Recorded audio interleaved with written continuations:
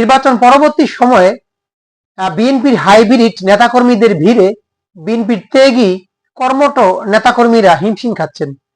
তারা বর্তমানে খুবই সংকটাপন্ন অবস্থায় আছেন। কথাটা আমি কেন বললাম, আমি গ্রামে গিয়েছিলাম, মাঠ ঘাট চষে বেরিয়ে একটা জিনিস বুঝতে পারলাম যে বিএনপির কিছু তৃণমূল নেতা আছেন, তারা দলের কঠিন সময়ে দলের জন্য ত্যাগ স্বীকার করেছেন, অনেকে নিহত হয়েছেন, আহত হয়েছেন, কিন্তু সেই নেতাকর্মীদেরকে এখন আর দলীয় কোনো কাজে দেখা যায় না। এখন দেখা যায় সামনের সারিতে হাইব্রিড কিছু নেতাকর্মী, যেসব নেতাকর্মীরা দল ভারী করে আছেন, এই লোকগুলো কিন্তু বিএনপির জন্য বিশাল একটা ক্ষতি করবে এবং ক্ষতি করছে, যেটা বিএনপি হয়তো বুঝেও না বুঝার ভান করে আসছে। আমি দেখলাম ফেসবুকে অনেক ভাইয়ের মন্তব্যে, অনেক কমেন্টে কিংবা তাদের অনেক পোস্টে তারা খুবই কষ্ট, কেন এমনটা হলো যে ত্যাগী নেতারা দীর্ঘ 17 বছর বিএনপিকে টিকিয়ে রেখেছিলেন, তারা কেন হঠাৎ করে হতাশায়, তারা কেন দুঃখে কষ্টে ভুগতেছেন। অনেকে হয়তো ঠিক মতো ঈদের বাজারটাও করতে পারেনি। জনাব তারেক রহমান ফ্যামিলি কার্ড দিয়েছেন, তারপর আরো অনেক কিছু দিয়েছেন। আপনারা জানেন খাল কাটা কর্মসূচি গ্রহণ করেছেন, যেটা দেখে কিন্তু আমরা সত্যি আবেগ আপ্লুত এবং আমাদের মনের আশা পূর্ণ তিনি করেছেন। যেটা তিনি বলেছেন সেটা তিনি করেছেন। কিন্তু বিএনপির যারা বর্তমান সময়ে দুর্নীতি করছে, চাঁদাবাজি করছে, হাইব্রিড নেতা সেজে দলের ক্ষতি করছে, আপনি কি মনে করছেন জনাব তারেক রহমান তাদেরকে ছেড়ে দিবে? এই কথাটা কিন্তু পুরোপুরি ভুল।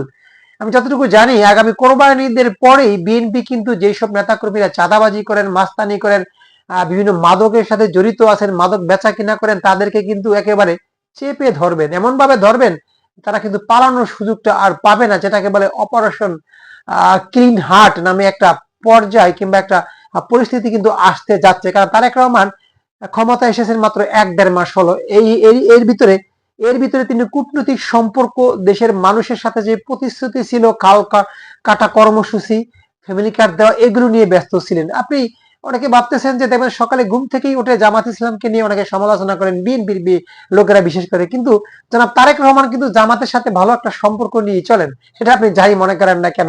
তো যারা এই যে অতি আবেগী হয়ে দলের বিভিন্ন দুর্নাম করছেন, বদনাম করছেন, আপনাদের কিন্তু কপালে শনি আছে আর দুঃখ আছে। আজকে আমি একটা মিডিয়ার মাধ্যমে জানতে পেলাম যে আপনাদেরকে কিন্তু অতি শীঘ্রই একেবারে ছাই দিয়ে ধরা হবে।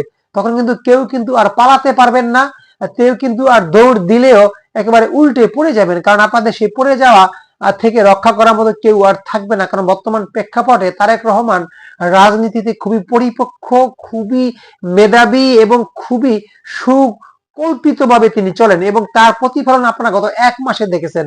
আগামীতেও দেখবেন যে বিএনপির যারা দুর্নীতির সাথে জড়িত হাইব্রিডরা, তারা কিন্তু পার পাবেন না। আর যারা ত্যাগী নেতা, তারা কিন্তু কখনো দলের ক্ষতি করতে 10 বার ভাববে। এই জন্য যারা হাইব্রিড আছেন, যারা দলের সাথে কখনোই দেখা যায়নি সামনের সারিতে, তারা বিভিন্ন দলের সাথে মিশে একাকার হয়েছিলেন, সেই লোকগুলো কি এখন বিএনপির বিভিন্ন কমিটিতে বড় বড় কাজকর্মে তাদেরকে দেখা যায়। এই লোকগুলো কিন্তু কখনো বিএনপিকে ভালোবাসবে না। ভালো তারাই বাসে যারা জেল জুলুমের শিকার হয়েছেন।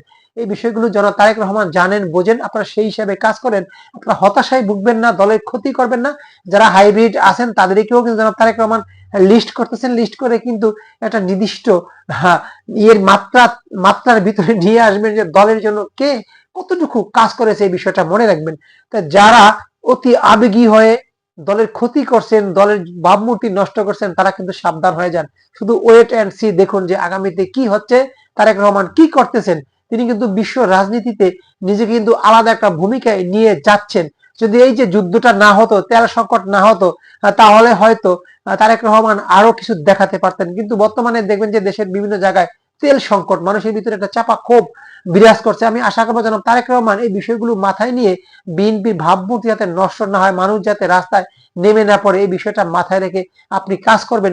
যেটা শুধু তারেক রহমানের নয়, বিএনপির যারা সিনিয়র নেতাকর্মী আছেন তাদেরও এখানে একটা দায়বদ্ধতা থেকে যায়। তাই আপনারা অতি উৎসাহী হয়ে যারা দলের ক্ষতি করছেন, তারা কিন্তু সাবধান হয়ে যান। আপনাদের জন্য কিন্তু 10 নম্বর মহা বিপদ সংকেত সামনে আসতেছে, আপনারা যতই খুশি হন না কেন।